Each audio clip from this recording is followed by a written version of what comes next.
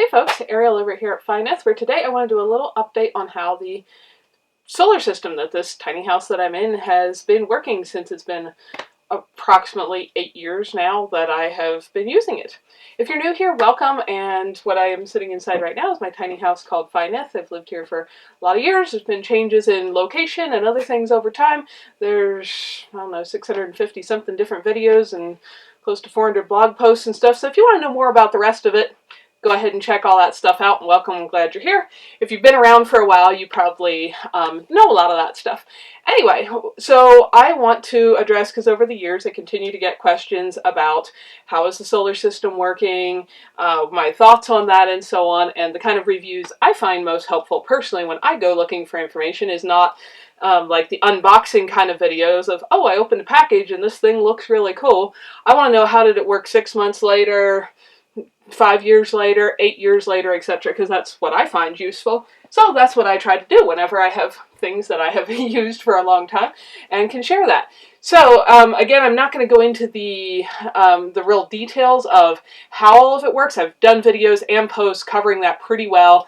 Basically everything is still the same setup from day one, so I'll try to link below to at least one of them that thoroughly details how the system is set up right below this video, so you can find that link if you want to look at that. Anyway, so in brief summary, the tiny house here is off-grid. It's been so in both locations where it has lived its life now.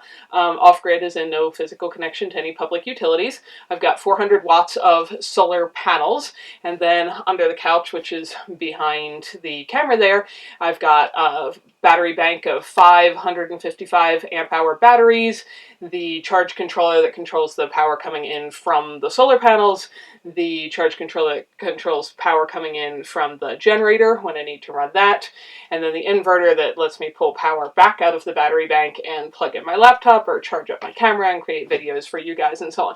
Now that is a small setup. That allows me, and has for all these years now, to turn on some electric lights occasionally. I don't use them very much. To run the little fridge, which is back there. It's a very energy efficient small fridge. I'm very happy with it. I've done reviews on just the fridge as well, but it is the biggest single power draw in the house. And then things like plugging in my laptop so I can work to create a video, even excuse me, things like charging a cell phone and camera batteries and stuff. I tend to try to do those in the car when I have to drive somewhere, because your alternator is generally creating extra free power that's otherwise not being used while you're driving. So I tend to charge those there.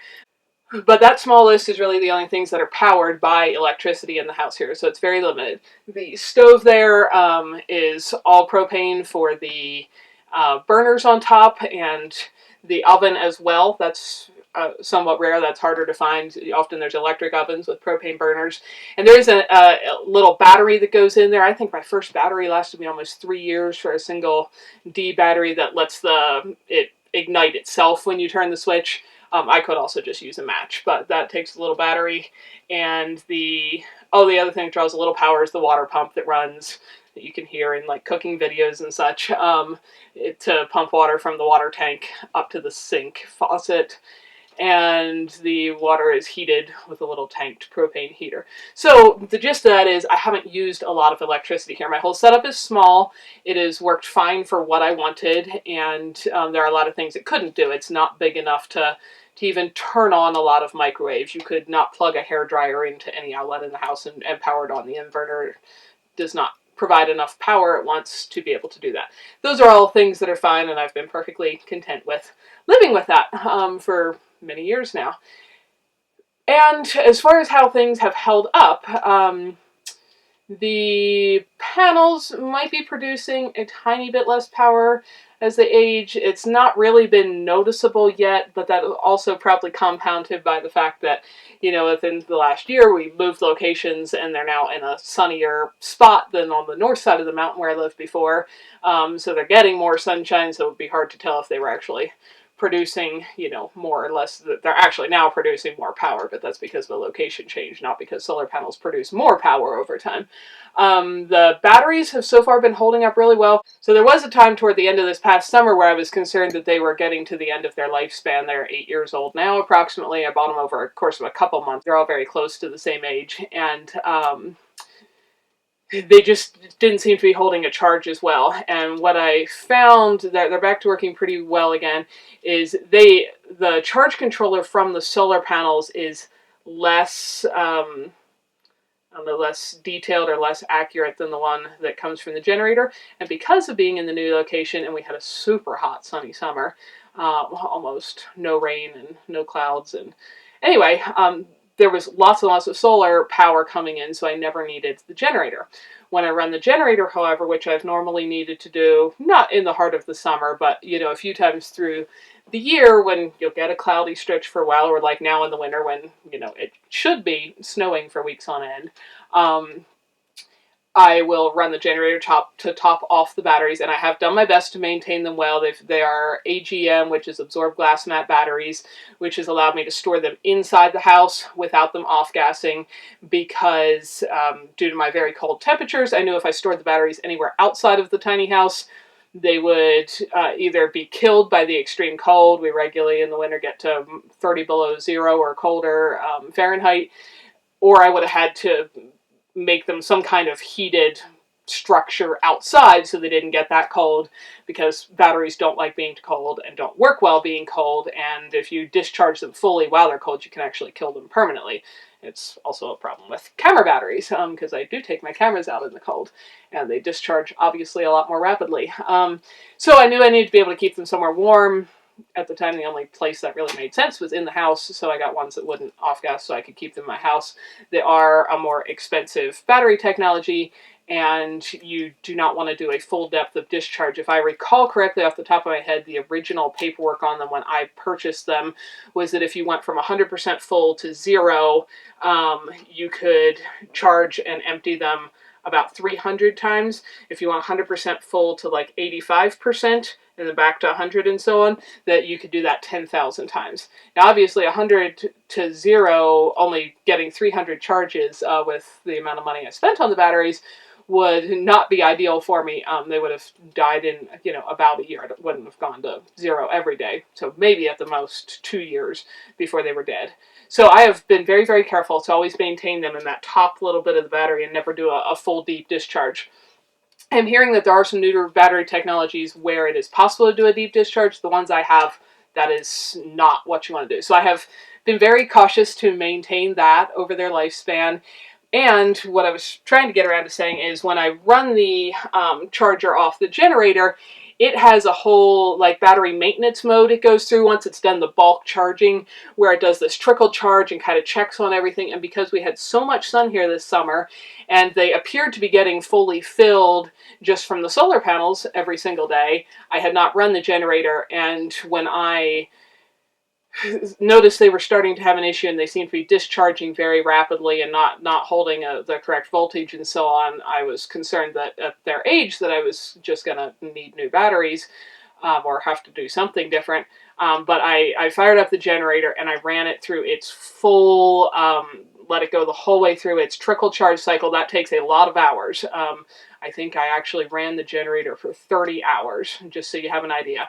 And I'm still using my same little Champion 1500 watt generator. It's been, I've gone through several of them over the years, but they're, for their price and what they do and how well they work in the cold, they start in the cold much better than the much more expensive Hondas, though they are slightly louder. I've done generator reviews. Anyway, that allowed it to do its full charge, and since I've done that, the batteries seem to have gone back to working pretty much like new. So that seems to be important for them. Occasionally, every, I would say 6 months or so is probably when I ended up doing that normally. And we'd had so much sunshine there, I'd gone a really, really long spell without me doing that, because I'll typically do it when it's really snowy or when it's really raining, when I'm going to be running the generator anyway to top things off and let it do that full battery maintenance cycle. It does appear to make some difference to actually be able to do that. So now, other than having replaced the generator a couple times over the years, and one time a few years ago I had to replace an inverter. It just burned out. I think my first one lasted about 6 years, something close to that. All the other components are, well, and even the replacement components are basically the same, but they're the same equipment I started out with. So that's a general, how is the lifespan and all of that holding up. I don't know how much longer all of that stuff will hold up. I would definitely be starting to approach likely end of battery life on the battery bank I currently have, and solar panels over time do start to produce less power, though as I said, it's not really noticeable yet, especially now that the house is in a much sunnier spot. So overall, I'm very content with how things have held up. I've been very content with the amount of power produced. It is not a lot. I really don't think about it until I have friends or guests or family or whatever who come and visit, because I am so used to this routine that I've had for so many years that until somebody else who is used to just plugging in anything they want, anytime, anywhere, comes over, I really don't tend to think about it. But then somebody else will show up and will, I don't know, drive around visiting a national park for the day, and we come back to the house for the night and are going to bed. And I'm not trying to make fun of any of my friends who have come and visited, but it's when it hits me that other people don't just think about the things that have become second nature to me. We'll be going to bed, it's dark outside, and people are, okay, I want to charge up my phone, where do I plug it in? And I think, in my head, I have this little bit, you idiot, you were sitting in a car all day long with an alternator producing wasted electricity the entire time we're driving. Why on earth is your phone not full right now? Because now there is no car running and there is no sun shining. So it's possible to charge it, but we're using power that now had to be stored and produced. Anyway, you get the idea. I just don't think about those things, that this is how most normal Americans live these days, without thinking twice about any of that. But for me and my setup, it has worked really well. A tiny amount of power, I think, adds an immense amount of extra luxury in life. Like being able to use electrical refrigeration is really awesome for me, because I do like, and Clay likes as well, we both like, you know, making large meals and having leftovers, and that makes everything easy to store and do that way. And for the most part, the other things I use power for are you know, batteries for cameras and laptops. So without that, I could go on with life fine. You just wouldn't see any of these videos. That provides me an immense amount of luxury. Now, enough more power beyond that to just leave lights blazing day and night, or to unthinkingly plug things in whenever, or to have a TV that draws a massive amount of power just left plugged in so it can wake up in a split second.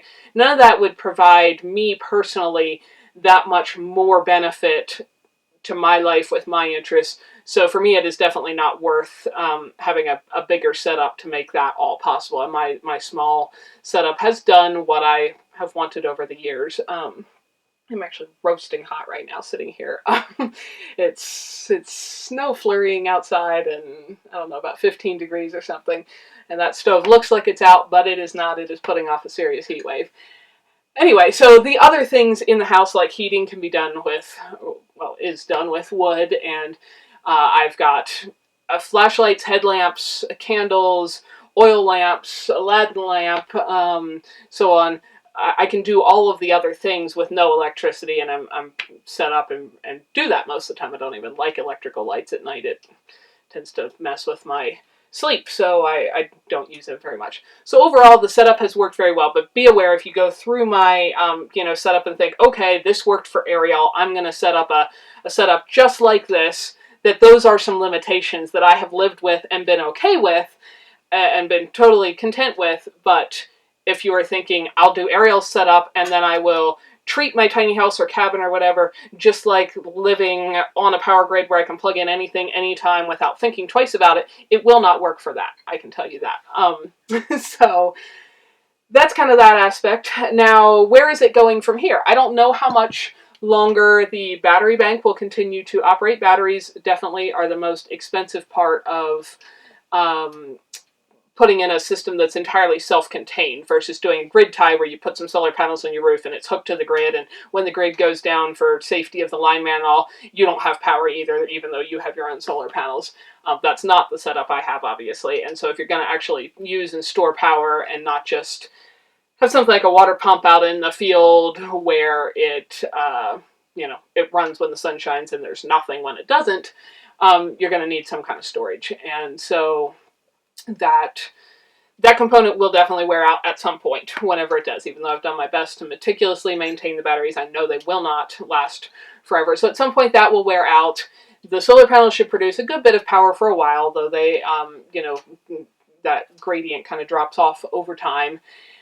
What are my future plans? I like the independence of whatever happens to the power grid, the infrastructure of it, whatever happens with weather and trees down or ice storms or tornado. We don't get tornadoes here, but I have plenty of friends who have been knocked out of power due to tornadoes in the past year.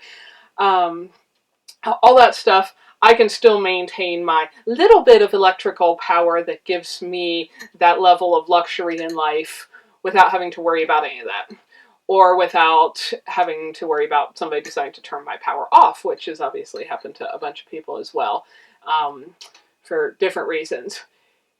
Financially, I gotta say, where I live and in my situation, it flat out does not make any sense at all. If you were going solar because you were going to save money, I live in Wyoming. We have some of the cheapest, grid power rates in the country, I believe. And this system will never pay for itself. Never, ever, ever, ever, ever. Not if things lasted 10 times their expected lifespan. I spent about, and in one of those posts you can see the detailed breakdown of what all that went into, about $5,500 to set up this system, and that doesn't include the couple components I've replaced over the years.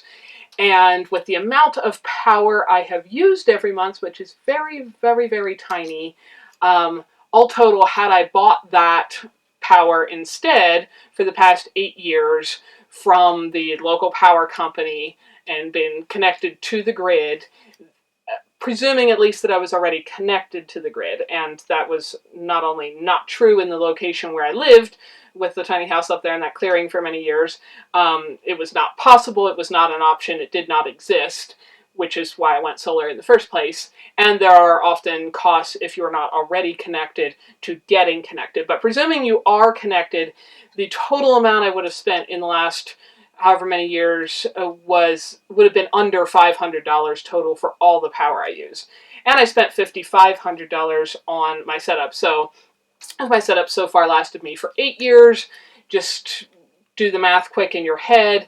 To pay off the next $5,000 to break even on the financial side of things, I would need it to last. There's, 10 500s in that 5,000. So I would need 10 times 8 years. I would need every component here to last another 80 years. And then I would break even on the financial side of the power, and then I would start to actually save money after that. That is obviously not realistic. No part of these components are expected to live 80 years. I'm not going to be alive 80 years from now, and so on. So financially for me, it absolutely does not make sense from a financial perspective. Now, do I regret having gone that route? No, I don't. I like the freedom, I like the independence, and I like the little bit of power that provides me that great bit of luxury in my life. And as I said, I've spent most of those years living in a spot where using any other kind of power was just flat out not an option. I was more than a half mile from the closest power line. I would have had to pay probably several $1,000,000 to run power across the property that I did not own. Obviously, for many reasons, none of that makes any sense. So no, I don't regret having done it, but that is something to think if you're actually going for a fully independent, self-contained system that's not grid-tied. You're going to need all of those components I listed, and you may live in an area where the grid power is much more expensive, so you could do your own math. In my area, it will never, ever, ever, ever pay for itself on the financial side. I feel like I've gotten benefits from it that still made it worthwhile for me to do. I paid that as a lump sum up front. I have no electrical bill every month ever since for all these years, but financially it still does not work out to, come out ahead. And I know you'll find articles that tell you how long it takes you to break even on, financially on your solar panels. Usually those are based on being grid tied, so you don't have the battery bank, which is the more expensive part by far than the solar panel. And you still won't have power if the grid is down. And unless you do a more expensive setup, there are ways to get around that. I am aware of that, but that's another level of expense. And no, I just lost my train of thought. Yeah, and if your power is much more expensive, it may pay itself off more rapidly. So you would need to do that math for yourself and think about how much power you want to use and all of that stuff. But for me, absolutely, financially, it does not make sense, and I want to be really clear about that because it's something I have lived with and been happy with and used and such for more years than a lot of people, and that is my observation and my experience. So I want people to be aware of that, because I think it's unfortunate when people jump into things thinking that they're going to get something out of it that's not. Now, I have got benefits out of it. I'm trying to be clear about that. But the financial side is not one of them. And so if that's the reason you're interested in doing it, you might want to rethink that, or at least very, very carefully do the math for your area. And that's what I was going to say. If the power from the grid is much more expensive in your area, and a lot of those calculations are done on presuming you're going to get some kind of government rebate, which I think those are being phased out over time. But either way, it requires you being fine with the government going and stealing money from people who never did anything to you to fund the things you want.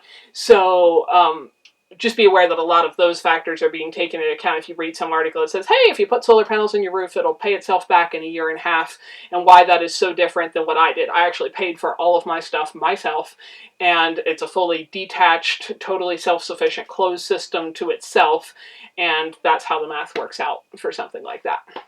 Then the last little issue, if you're still here listening,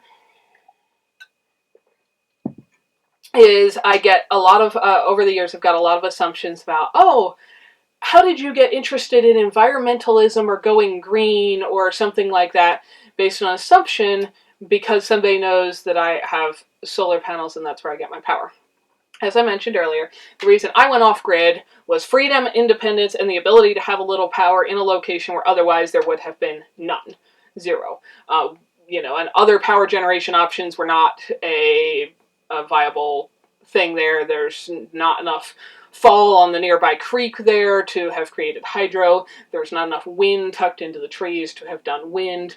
So really, if I was going to generate my own power other than just running a gasoline powered generator, that was the only available option. So that is why I did it. Now, since then, I wasn't really aware of or hadn't looked into one way or the other some of the actual side effects of the greenwashing, I think is a term a lot of people use, of stuff like solar power. Now, you need to do your own research on this if you're interested and find this stuff for yourself. And I, of course, recommend if you actually want to do research, don't use a search engine like Google or something that actively manipulates what you see. Look for DuckDuckGo or pre-search or any of the other things that let you find things that some people don't want you to know about. But I became highly aware of these issues when, if you've been a follower here for a long time, you probably remember the beautiful property that I had purchased and owned for a while. This is before Clay and I got together, and was planning to move to and hopefully spend the rest of my life on. There are several things that came up. One was Clay and I getting married and deciding to stay in Wyoming, but one of the major issues, because we had talked about both going there, was that a massive smelter was weeks after closing on the property, was suddenly announced to be built directly upwind of that location, very, very nearby. So I did some research to see, is this something I should or should not be concerned about? And over the next couple of years, I learned a massive amount of things. So the smelter was proposed to be a silicon smelter. Burley's got a bird out there to chase off. And silicon is a component that is used in many things, probably your smartphone if you have one, unlike me, laptops, and solar panels. And one of the main selling points being used for this was that this is green and environmentally friendly because it's going to make solar panels. The reality in looking at silicon smelters that do exist around the world, or that have existed, and the ones that are still operating and the ones that are not, is that it's, and that, just to be clear, of making a solar panel is only one tiny bit of the process. That smelter was going to, and it's still not built, it's still in litigation, is designed to take sand and meld it into, I think, 99% pure silicon, which then needs further refined to actually create a solar panel or the components in your phone or things like that. But that plant alone, and that's only one tiny part of the process. That's not the creation of the metal frame around the solar panel. That's not the other components, the cadmium and stuff that go in there. That's not the mining of the sand and transporting it to the smelter. That is not the further refining after this smelter. That is not the manufacturing, the shipping it to people. Just to be clear, it's none of those components.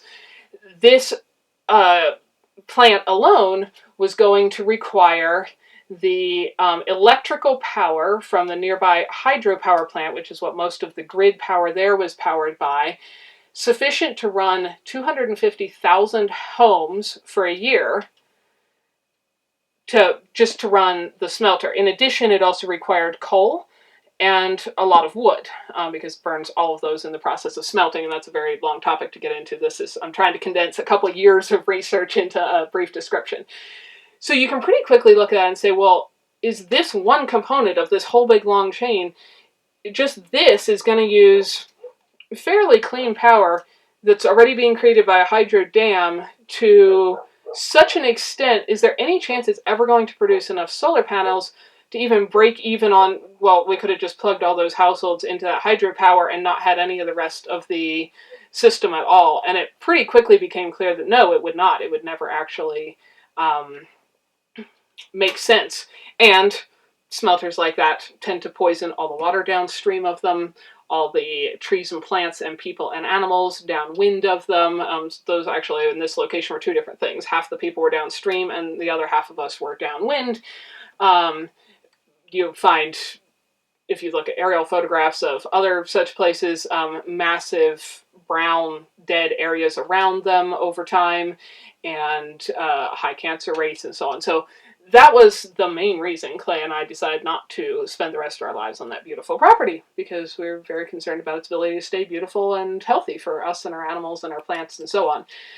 But researching that whole thing woke me up a lot to the actual realities of how the current solar industry works. Now, I am optimistic that somebody who is not me, who is good at this stuff, will eventually maybe figure out a way to capture sunshine more like a grass blade does. When grass goes out there, it grows, that uses solar panel, it grows, it makes grass or carrots or, lettuce or whatever thing. That stores the energy. That energy is stored in that lettuce leaf. I can eat it. All the results of that are decomposable, biodegradable, and no part of it's toxic. I am hopeful that someday somebody with a lot of skills and scientific knowledge will be able to come up with something more along those lines for making solar work, and especially the problem of the power storage, since most of us have gotten very used to being able to use power at any time of day or year or whatever, and not just on sunny summer days, and never at night, and never in the winter, and never when it's raining, and so on. And the battery technology has its own host of issues that are entirely separate from the solar panel production, as well as the disposal at the end of life of all of those products and their very toxic things. So knowing what I know now, would I buy the solar setup I have now? I honestly don't know. If I did make the choice to go purchase the exact setup I have now and use it for many years, as I have done in the little clearing where I lived because it was the only option, I would be making that choice with the full knowledge that what I am doing is not only not environmentally friendly, it is much more environmentally destructive than being tied to my local coal-powered, mostly coal-powered, grid, and that I am choosing to do it either because of increased independence, location availability, or my personal luxury. So if you are one of the people that is interested in going solar to save the planet, you mate, which by all means I am all about. I think we should not poison our air and water and soil and stuff around us, and this is something I care a great deal about, and the amount of stuff people dump on their food and their lawns and in their house and on their bodies and stuff is insane to me, but that's another topic. This is something you probably want to look into, and I am optimistic, like I said, at some point somebody will figure out and get commercially viable a better way to do this stuff. A lot of people have sent me cool things over the years of, hey, look at this new technology. And I think, well, that's interesting. I look at it, and every time so far it's been somebody invented a cool prototype, which is awesome. That's how something's got to start. And they've got a little page or video or something about how this cool thing will work, but it doesn't actually exist anywhere that anybody can purchase it, buy it, use it, that kind of thing. And over a lot of years now of keeping an eye on some of this stuff, some of those things, actually all of them that I'm aware of, still don't exist. There's nowhere I could go buy one today and use it today if I wanted. But I am hopeful that over time that will change and people will actually come up with non-poisonous and non-destructive ways to both capture and store solar energy. Maybe they will, maybe they won't. But anyway, that's been my experience with my components here after having lived with a, not connected to any public utility setup for all of these years. That's my experience on how everything's held up, how it's actually worked and what it has allowed me to do and not do, and then some thoughts about the long-term impacts of all that. And what that means is I've learned that over the years is quite a few years ago I had thought, I don't know when these components wear out if I would ever replace them if the technology has not yet changed for something better. And so we are working on this place. Obviously, the shop is a little ways across the yard from the tiny house. There was a power line onto this property when we purchased it. That wasn't so. We looked at lots of properties that didn't have any of that, which was fine. That wasn't something I'm looking at. But this had other things we wanted. It is where we ended up. And there was already a power line onto it. And for a lot of Clay's power tools and such, it makes sense to have power in the shop. It gives us the luxury of keeping a couple chest freezers in there, which is again, a luxury for sure, but very, very nice if you want to preserve a lot of your own food. Some things are better, more palatable, certainly to me, frozen compared to canned or fermented, though I like lots of things, or dehydrated. I like things preserved in all those ways, and obviously do, if you've looked at any of the videos of how I do those things. Especially for preserving meat. Right now we've got a lot of the, all those spare roosters that we raised this summer. When we butchered them, they're in that chest freezer. And we did recently get power connected to there, so that so now the shop is on grid and the tiny house is still not connected to any grid. One thing I do know for sure is that whatever else happens, I will never personally feel safe or secure or okay with my very basic needs. The ability to eat, drink, and it's basic need in this climate for sure, stay warm and not freeze to death, with those being dependent really on either grid power or off-grid power, because obviously components in an off-grid system can break down. The inverters can fail, batteries could have a meltdown, solar panels can no longer continue to produce power, etc. So no matter what we have, and Clay very much feels the same way about this. He grew up in a very remote little cabin. He's had plenty of experience with that kind of life, and he likes luxuries when we can have them. If that's not too expensive or too inconvenient, but we both want to always be prepared to eat, drink, and be warmed without any power from any source. So obviously that's not difficult. The tiny house has already been set up for that. I can cook, with propane or with wood, with no electricity involved, whether I have access to one or both or only one. I can get water physically scooped out of the creek. We have gravity-fed water in this location from a spring that comes out of a hydrant with no power involved on any part of that system to make that happen. And obviously, a wood stove, etc., provides heat so we don't freeze to death. So that will always remain our setup, that we have ways to do those key things for life without power from any source. However, when we build a little house, hopefully, in this next summer, that you guys will get to follow along for, if we can afford it and have the time, and there's actually materials available, and the supply chains aren't completely broken, and all of that, so that's a lot of ifs.